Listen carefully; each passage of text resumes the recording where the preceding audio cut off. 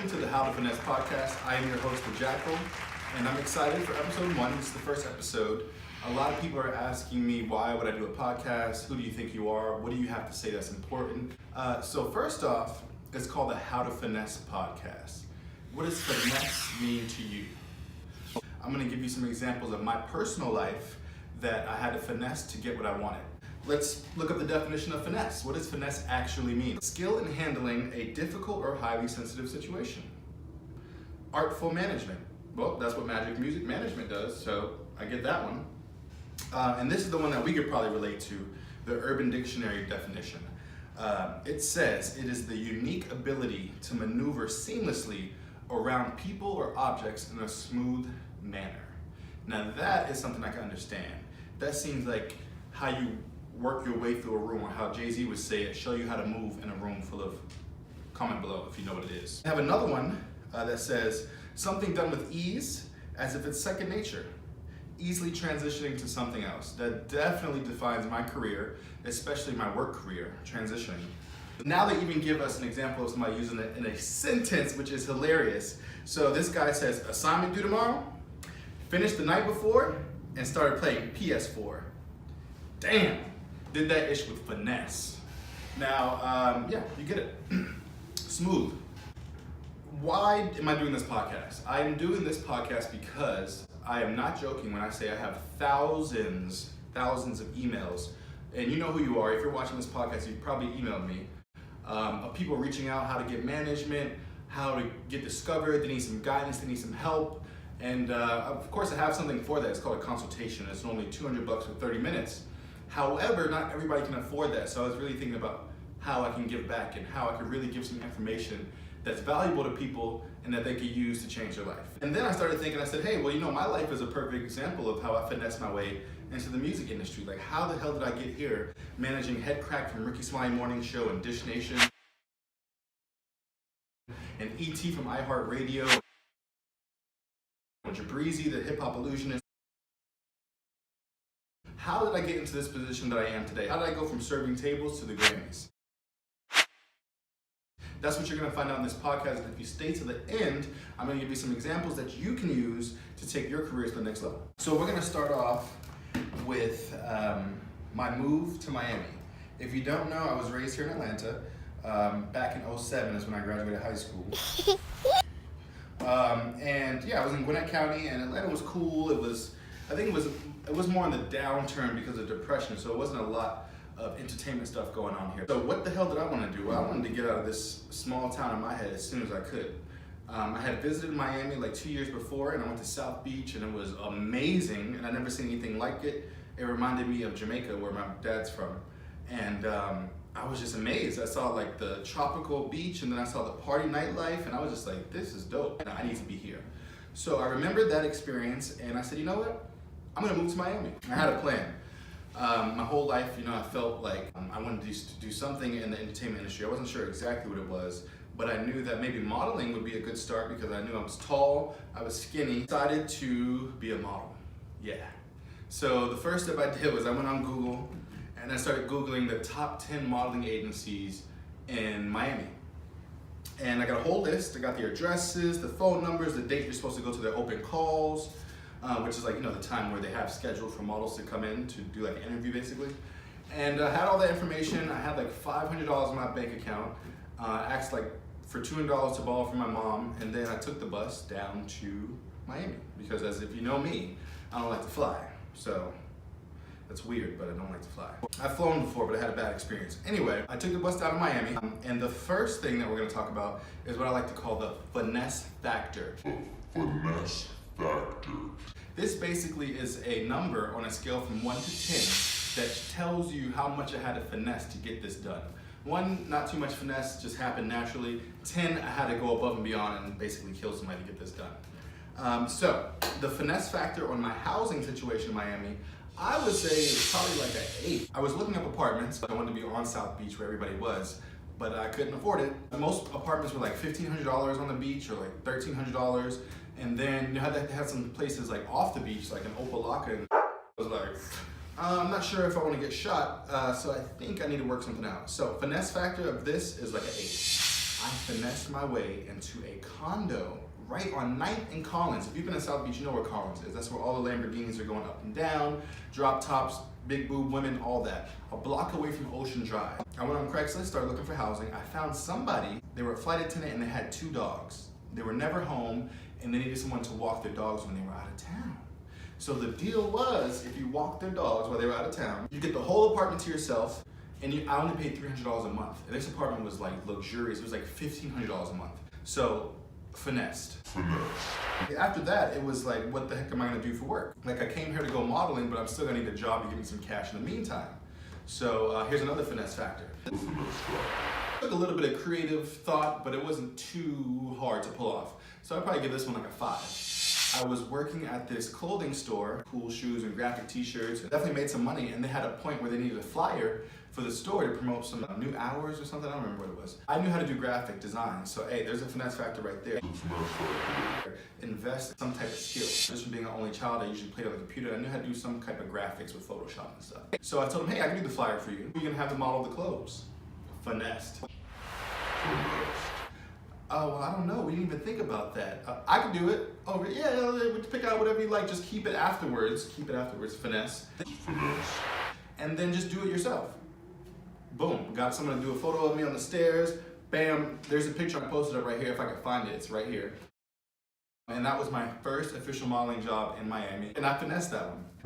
Well, let's get back to the actual reason I went there, which was modeling. So I had that list. I remember I told you about 10 different agencies. Comment below if you know some of the top agencies down there in Miami or New York or wherever. My goal was to go to the open calls, which most of them had open calls on the same day. I think it was like Wednesday or Thursdays from like 2 to 4 or something. And I went to all these top agencies. I'm talking about where all your favorite models have been. Kate Moss, Tyra Banks, Tyson Beckford, all those guys. I went to those agencies and they were all like, well, you know, you're tall and everything, but you don't really have a 6-pack or you don't have any abs or anything, so you might need to do a little bit more work and come back and see us. And I was like, damn. 9 of them said no. Literally 9 agencies was like, not right now. And then one of them, here's another finesse factor. Pay attention to this. It's called selling yourself, being determined. I'm probably gonna give this one about a 9 because this is what started my whole modeling career. If I would have given up when those people said no, I wouldn't be where I am today. I called the agency.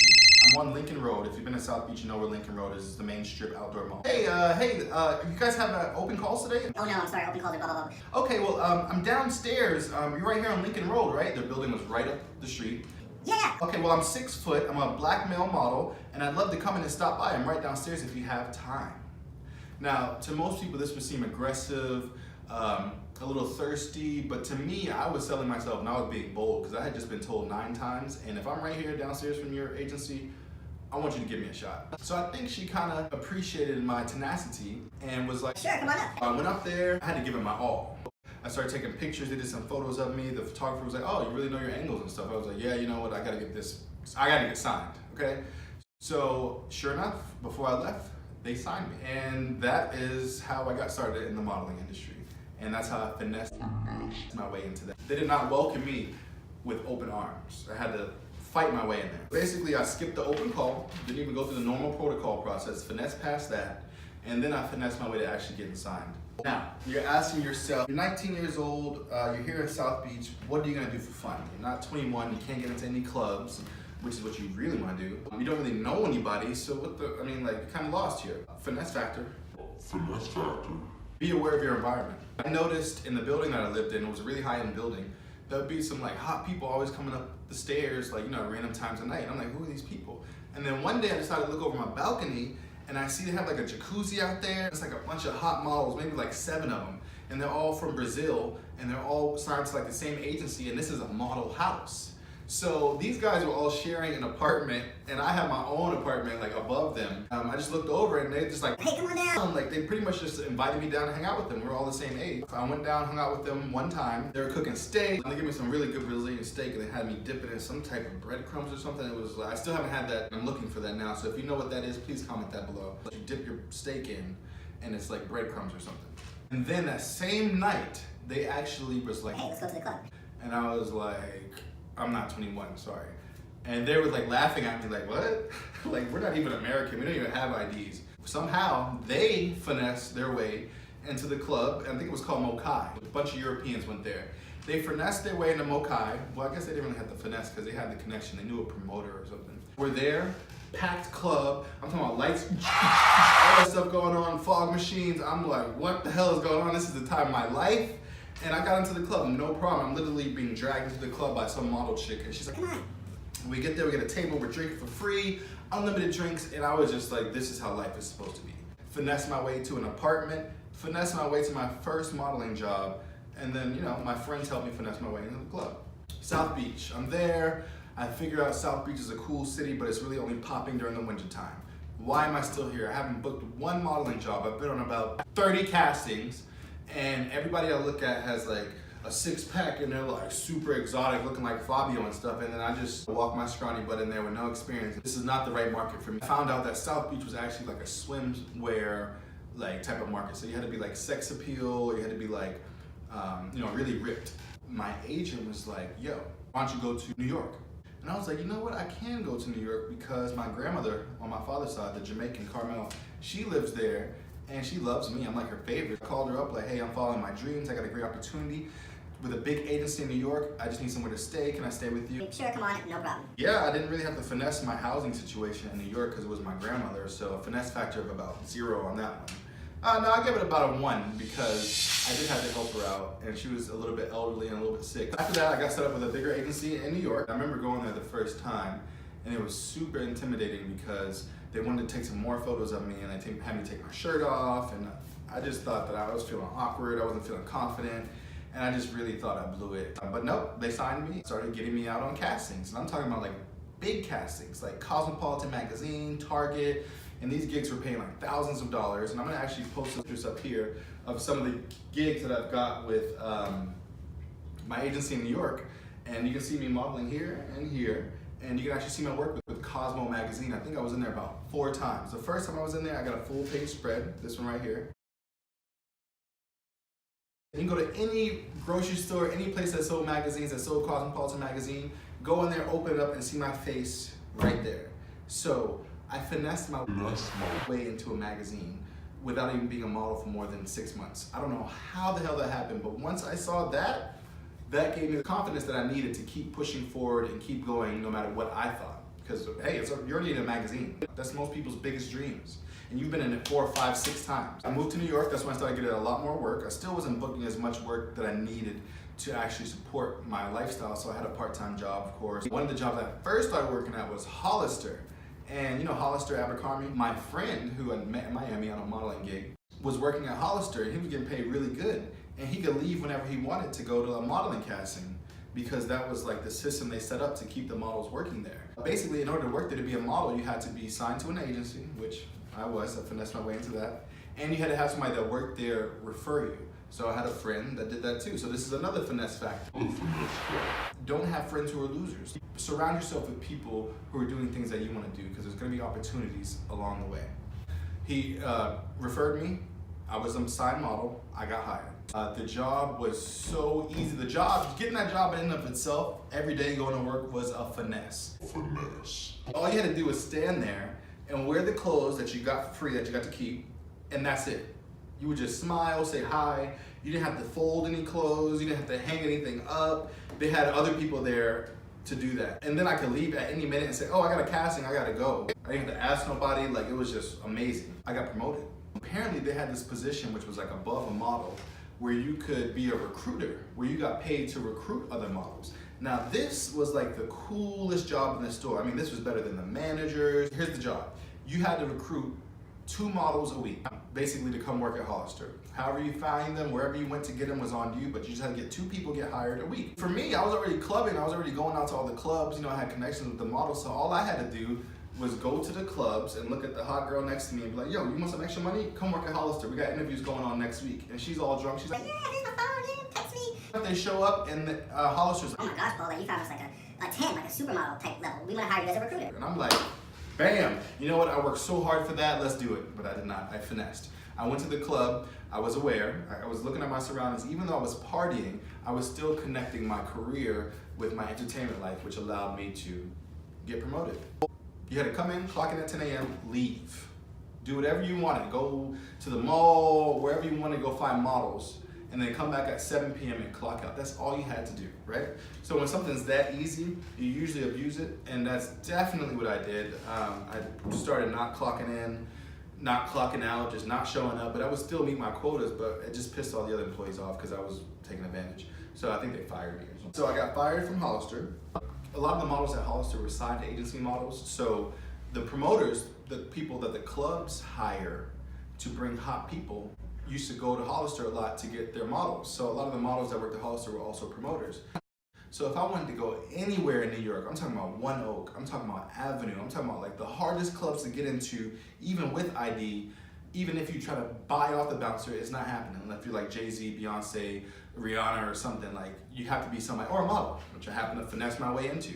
So entertainment in New York was wild. You thought South Beach was crazy? No, I mean, I was talking to Lindsay Lohan, Jay-Z was sitting at the table right next to me. Crazy stuff like this is going on, I'm not even joking. On like every day, it got out of hand. I was partying every single night. So my entertainment in New York was finessed. Finessed. I mean, drinking for free, no fees, no waiting in line, just whisking right in, going to the table and just turning up. And then I got my friends in too, so that was amazing. I started promoting myself.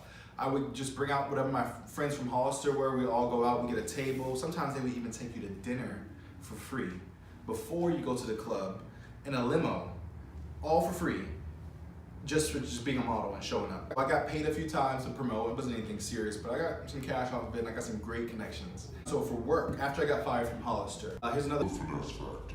pushing through.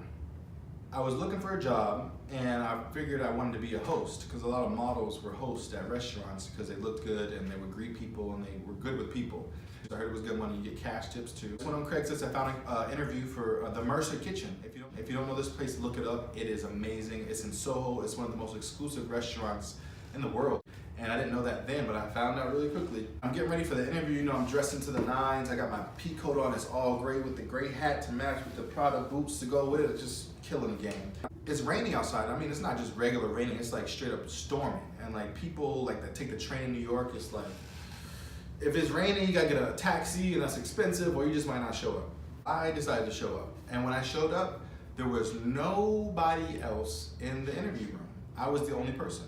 So just for that fact alone, I think I got the job. Of course, I was qualified and I was well spoken and I was dressed amazing. It was just all a host had to do. I got the job, got hired, and I started getting money like cash tips just to get people in, sneak a table here and there, you know, that type of stuff. And the place that I worked was so exclusive. That's where I actually found one of my biggest connections in the industry. His name is Ryan Leslie, and he's a super producer, a super genius. He graduated from Harvard when he was like 18, worked with Kanye West, Cassie, a bunch of other people. That's where I met him, and he actually helped me finesse my way into the music industry, which is actually gonna be our next episode. So you gotta tune in next week to find out how this ends. I worked at the Mercer Kitchen, met a bunch of cool celebrities there. I remember a situation where Jay-Z was sitting in the lobby and he was talking to this white dude, I assume about business. I had to say something to him to let him know that, you know, bro, you inspired me. Like, the reason why I'm doing what I'm doing is because you're a hustler. And the only thing I could think of without getting in trouble and going over there, because he had a strict don't talk to celebrities policy, was when nobody was looking, but he was looking in my direction, I just decided to go like this. And I just walked away, and I got a reaction out of him. I got like a little chuckle. He was like, and then just kept going back to his business. But that made my day, and I was amazed, and I was like, oh my gosh, my favorite rapper just acknowledged me. This is crazy. I worked at the Mercer Kitchen. My time frame at jobs was about 6 months. I think I got fired from there. But before I got fired, I got promoted to a maitre d', which was like the host's boss. I just told the host where to see people, and they got a better schedule, they got a higher pay. And just by showing up, not even on time all the time, but by showing up and being present, finesse factor again. Finesse factor. I'm gonna give this finesse factor about a number 10. Because if you're present in situations, you will gain so many more opportunities from people who are thinking about all the troubles they have going on in their life. Literally told me, you know what? I like the way you deal with customers, I love the way you handle yourself, you're really professional, you're good with people, I want to promote you to Major D. I was totally not prepared or responsible enough as a 22 or 21-year-old to be working that job. But I did, and that's where I met Ryan Leslie and a few other celebrities that, Kid Cudi was nice, he was there with dinner on his mom. Limitless other people that I can't name. I got fired from there, I think probably for like a no-call, no-show, because at the end of the day, that's not my dream, is to be working at the Mercer Kitchen. I got hired at this place called the Soho House. Google the Soho House. It's a huge private members club all across the world. I don't know how many locations they have, maybe like 20. and it's like the elite of the elite are members there. You gotta pay like $10,000 a year, and you have to get invited by 2 people who are already members there, and you gotta get approved by this whole big board who looks you up and sees how valuable you are. I got hired there. So finesse factor, again, 10, putting yourself in environments where your dreams can happen. I could have worked at McDonald's, I could have worked at Burger King, I could have worked at any other restaurant, but where are my type of people that inspire me going to be? And they're gonna be at these exclusive private members clubs. This is a finesse factor of like 1,000. When I tell you this was me about to enter the Illuminati, if I just did it right one more step or kept in touch with it, I don't even know how to pull this off myself. This is a finesse factor of 10,000. I was working there, and the reason why this is such a big finesse factor because it's about being aware of your environments again, and also being brave and bold. I just happened to overhear somebody say, Yo, you know that's the owner's daughter over there. She came into town because she's going to NYU for fashion. and she was just working here a little bit to learn her father's establishment. Like her father is like 100 millionaire, and it's cool with every celebrity that you know. His name is Nick Jones, and his daughter's name is Tish Jones. So Tish was maybe about 19, 18, cool, cute, blonde chick. And she was there just hanging out. She was friendly. She used to come up to our desk and say, hey, how you guys doing? I'm Tish. But she never said she was the owner's daughter. She was just cool about it. So if you didn't know, you didn't know. But if you know, you know. So, of course, I was super friendly with her. We started chatting it up. I didn't even tell her about my partying lifestyle. She found out from somebody else because she had been asking around on what places she should go to. And somebody that worked with me who had been out with me was like, you need to talk to Paul. Or the JACKAL. So she came up to me and was like, Hey, I heard you like the guy to know. and I'm like, are you kidding me? Like, your father owns like every hot spot in New York. Why wouldn't you just go through him? And apparently, she don't want her father in her business, which is understandable. She's like, yeah. I didn't want to go out, but I'm underage, I don't have any ID, blah, blah, blah, blah. And I'm like, oh my gosh, this is like too easy. Say less, okay? Bring one of your friends, come out with us, and I'll show you the time of your life. And she's like, okay. So I am like, crap, I gotta get the best experience ever for this people. I want her to always remember me as the guy who made her have the best time of her life in New York. So what do? Boom, I call up one of my promoters, or like 10 of them actually, and I'm like, hey, I got a great opportunity. I have the owner of the Soho House's daughter with me, and she wants to go out. Where are we going? Everybody's like, Okay, come here. I picked the most exclusive place, which I can't name it because we kind of slid in there underage, but whatever. I seamlessly walked in there. She was a friend who was cute, looked a little young though. Got a table in the best section of the club.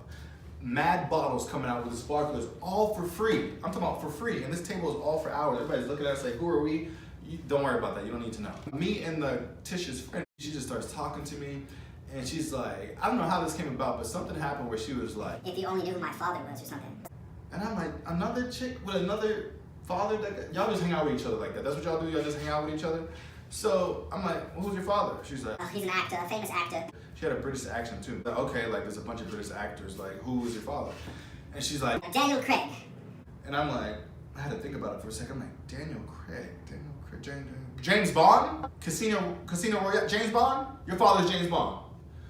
Oh, okay, cool. I tried not to fan out. I tried to act as normal as possible, and actually I did. She was just cool with me. We still keep in touch to this day. I was the man. By the end of the night, everybody swore I owned the whole club or the whole block. And to find out how this story ends and how I finessed the rest of this, you gotta tune in next week to episode 2 of How to Finesse Podcast. I appreciate you guys. I'm your host, JACKAL. I gotta go get some money, so I will see you guys next week.